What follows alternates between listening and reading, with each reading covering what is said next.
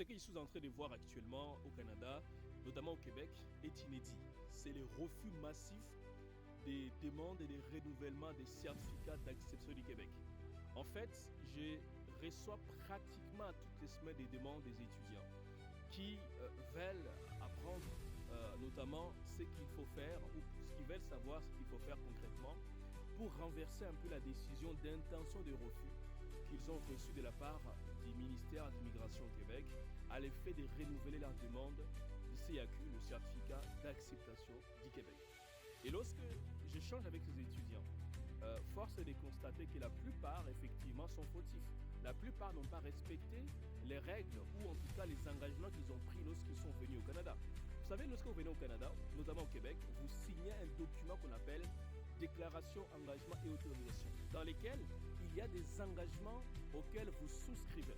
Et parmi les engagements, c'est que vous devez étudier à temps plein dans l'établissement dans lequel le ministre vous a accordé le CAQ.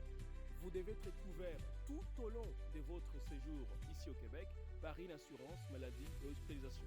Vous devez faire de vos études la principale priorité, c'est-à-dire que vous ne devez pas forcément échouer des cours et surtout, vous devez vous arranger à respecter toutes les autres conditions qui sont dans ces documents.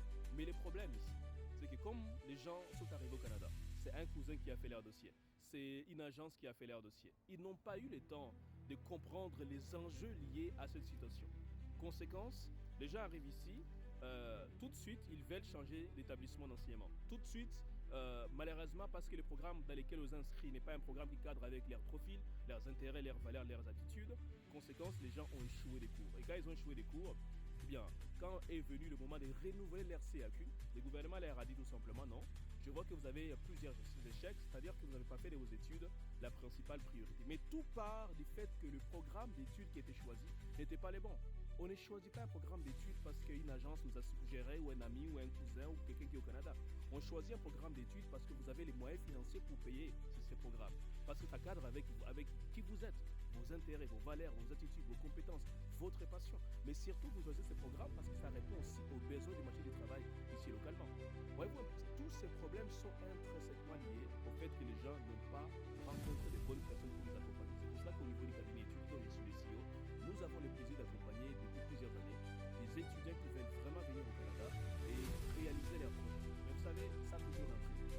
Rien n'est gratuit. Mais si vous souhaitez qu'on vous accompagne, ça nous fera plaisir. Donc, tout ce que vous avez à faire, c'est dans la base d'inscription. Vous prenez rendez-vous de 15 minutes avec moi ou un de mes conseillers. On prendra vraiment le temps nécessaire de vous accueillir et de vous expliquer.